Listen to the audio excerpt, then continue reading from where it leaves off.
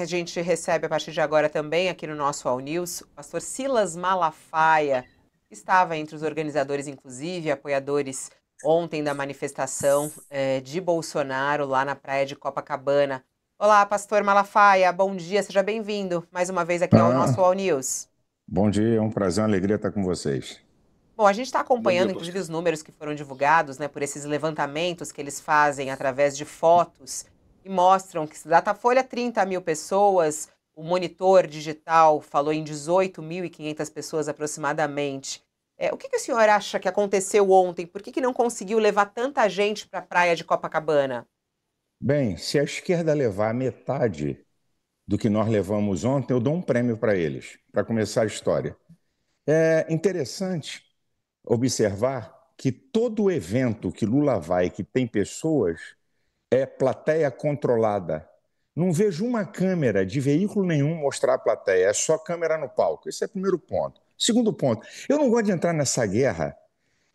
100 mil, 200 mil, 300 mil, 18 mil. Primeiro que 18 mil é uma afronta à inteligência de qualquer um. Um dia desse, a Anitta fez aqui no Carnaval 600 mil. Pega a nossa imagem, a imagem da Anitta, não vi ninguém discutir nada disso. Madonna, 1,5 milhão. Só para dar um dado para vocês.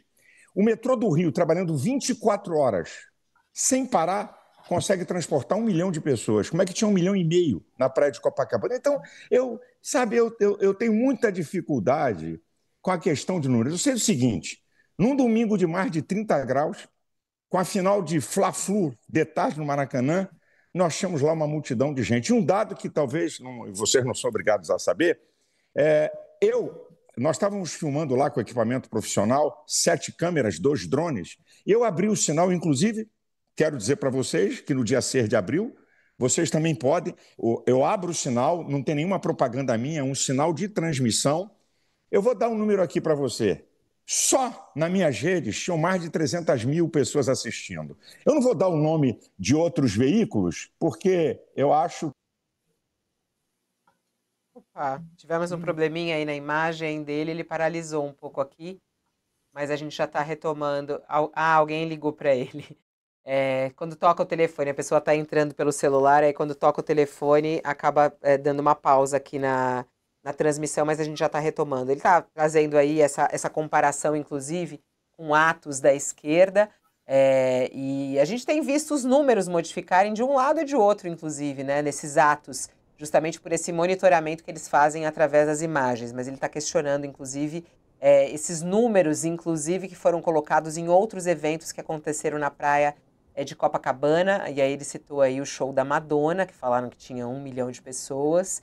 Eu não sei, não cheguei a ver se o Monitor fez também, eu acho que não fez o da Madonna nem o Datafolha, né?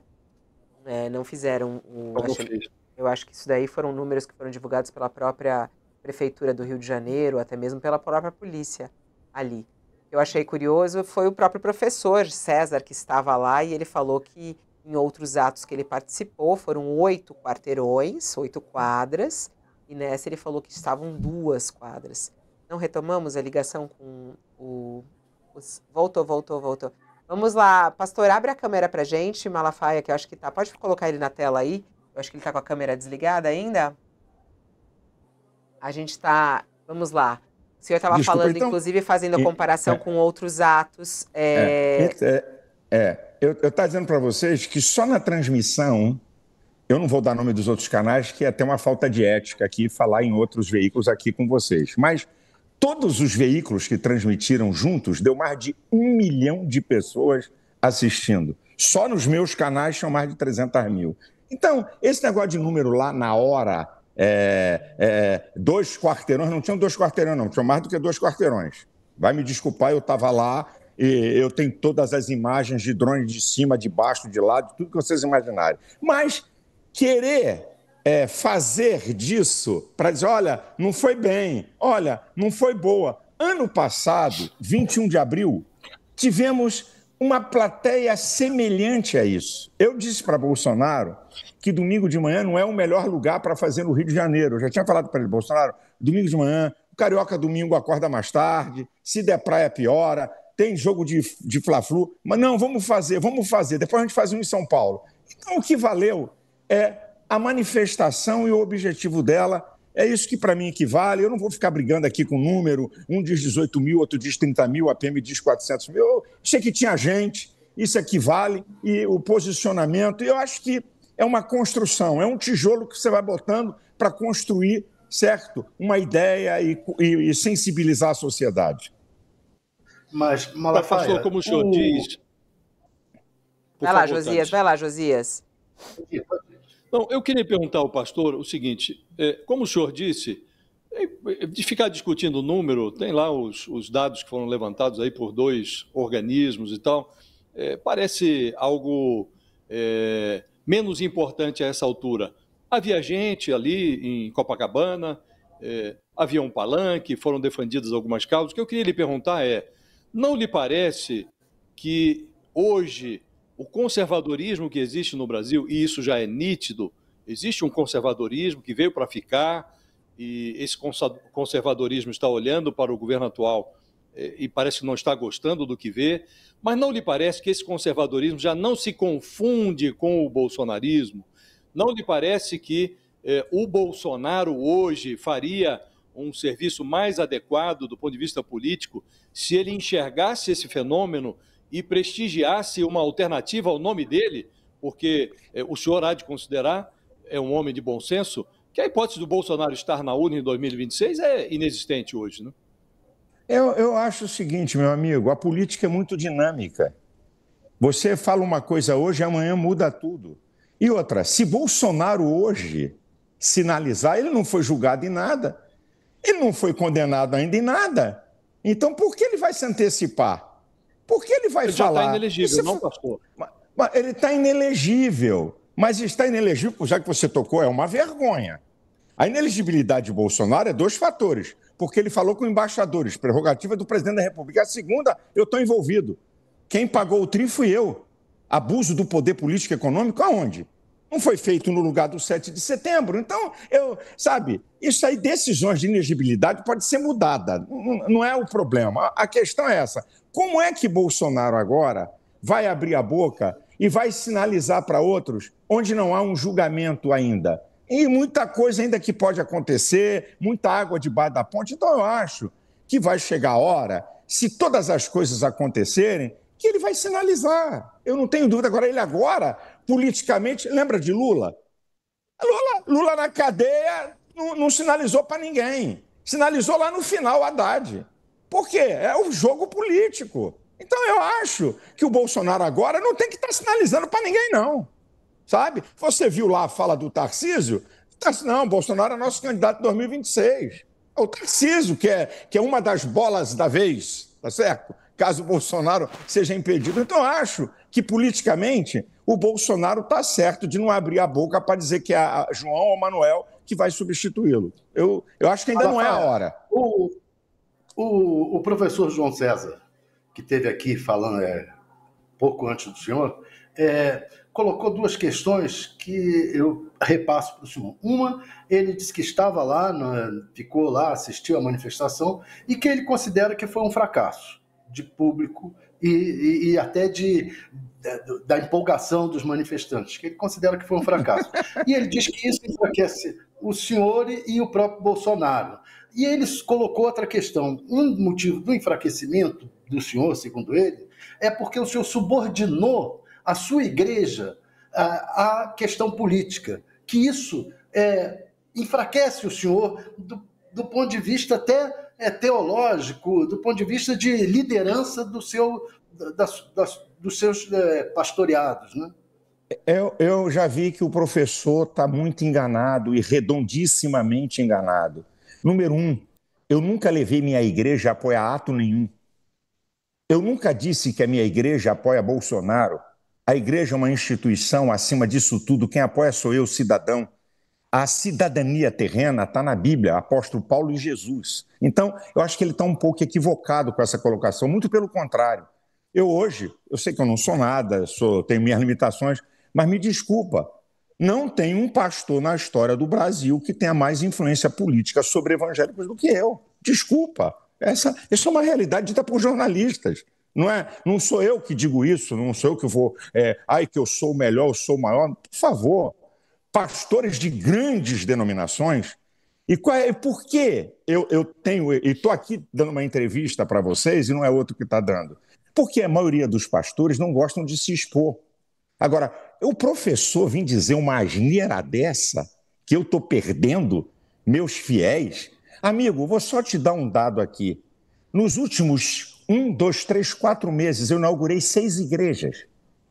E nenhuma igreja é menor do que 1.000 pessoas. Então, sabe, eu fico até rindo de ouvir uma asneira dessa e coloco em dúvida tudo que ele falou aqui. Ele tem lado? A vertente dele é a esquerda? Vai me desculpar. O cara vir falar uma asneira dessa de que eu estou perdendo, no mundo evangélico, que eu estou perdendo fiéis. Tenha paciência. Aí não. Aí eu discuto. Essa pastor, daí não. Eu queria entrar na história do Tarcísio, que eu acho muito interessante até o que o senhor falou, né? O Tarcísio, na declaração dele, e a presença dele lá ontem foi uma presença importante em vários aspectos para serem analisados, né? Acho que no campo político, inclusive. Ele faz um discurso no qual ele apoia Bolsonaro ao defender a anistia e o discurso, né? Ele vai com uma vestimenta diferente, que ele tem também se posicionado dessa maneira. Ele faz uma crítica ao governo atual, fala sobre a incompetência, mas ele termina a frase falando Bolsonaro em 2026. Como é que o senhor vê Tarcísio como uma liderança política hoje da direita? Ele, no palco, ele com este apelo aos eleitores de direita e de extrema-direita no país, como é que ele se comporta? Como é que o senhor analisa? Para mim, ele depois de Bolsonaro, salvo o melhor juízo e aceito contradições, para mim ele é o segundo cara, depois de Bolsonaro, como liderança. É governador de um magnífico estado de São Paulo, que é uma ressonância no Brasil, está fazendo um grande governo. Ele é um cara que tem o seu valor gigante, grandioso. Eu gosto dele, tenho um relacionamento com ele. Ele é um cara, mas ele está sendo ético, na minha opinião, certo? Não arvora, ele não está fazendo joguinho duplo, ele é um cara pacificador, sabe? Eu gosto do Tarcísio. E vou dizer uma outra coisa para vocês, não sei se vocês observaram. Pela primeira vez, e eu disse isso para ele, por isso que eu estou dizendo aqui para você, Bolsonaro fez um discurso político interessante. Ele chama a Kassab, elogia a Kassab, e eu digo sempre isso, não adianta vir batendo em todo mundo, porque não vai dar certo. Porque é centrão. Quem botou eles lá? Foi o povo. Então, amigo, você vai governar como? Você vai buscar apoio político para alguma coisa com quem? Anjo vai descer do céu para votar na Câmara e no Senado? Então, eu acho que Bolsonaro fez um discurso muito interessante, sabe, nesse viés de mostrar a importância de outros. Eu acho que foi interessante e que valeu muito. Pois não? O senhor diz que o senhor está no primeiro lugar da fila, né? E, ao mesmo tempo, o senhor diz que o Bolsonaro não tem que sinalizar para ninguém. Vai chegar a hora, e a hora não é agora. O que eu lhe pergunto objetivamente, pastor, no caso do Tarcísio, se ele for candidato à presidência, ele precisaria se desincompatibilizar em abril, né? E acha que essa hora que vai chegar para o Bolsonaro teria que ser antes de abril? Ou ele vai levar até agosto e aí praticamente inviabilizaria a candidatura do Tarcísio, não? Gente, pelo que nós estamos vendo, tá certo? O julgamento de Bolsonaro no Supremo Tribunal Federal, segundo as notícias, esse julgamento vai até novembro. Então, eu acredito que em abril do ano que vem, tá, as coisas vão estar... Eu acredito, tá? Não tenho bola de cristal, mas eu acredito que as coisas vão estar muito bem definidas para que Bolsonaro, então, possa se posicionar, porque Bolsonaro, solto, preso, o que for, vai ser o maior cabo eleitoral dessa eleição. Isso aí ninguém tira dele. Ninguém tira. Ele vai ser o maior cabo eleitoral dessa eleição para qualquer um da direita. Essa que é a verdade. Silas Malafaia, olha, agradeço a sua participação aqui, muito importante também ter sua fala aqui a respeito dos atos de ontem e sua visão aí sobre o futuro da política. Até uma próxima oportunidade. Oi? Você me permite dizer só uma coisa, um minuto? Fale. Olha, deixa eu dizer só uma coisa para vocês, sem nenhuma paixão, sem nenhum lado. E vocês sabem disso, vocês são jornalistas inteligentes. A esquerda lutou por anistia de assassinos, guerrilheiros, assaltantes de banco, sequestradores e gente que queria estabelecer um Estado proletário comunista. Eles lutaram por isso. E agora, não tem a sensibilidade, uma mulher de 70 anos, 67 anos, 63 anos, que não tinha uma pedra na mão, que não tinha um pedaço de pau na mão, ser tratado como terrorista, porque se é atentado contra um Estado, só pode ser isso. Então, com todo respeito, isso é uma vergonha ver a esquerda que lutou por anistia dessa cambada toda e todo mundo foi liberado, vir agora com um discurso contra a anistia. Eu só queria deixar isso aqui registrado. Muito obrigado. Deus abençoe vocês.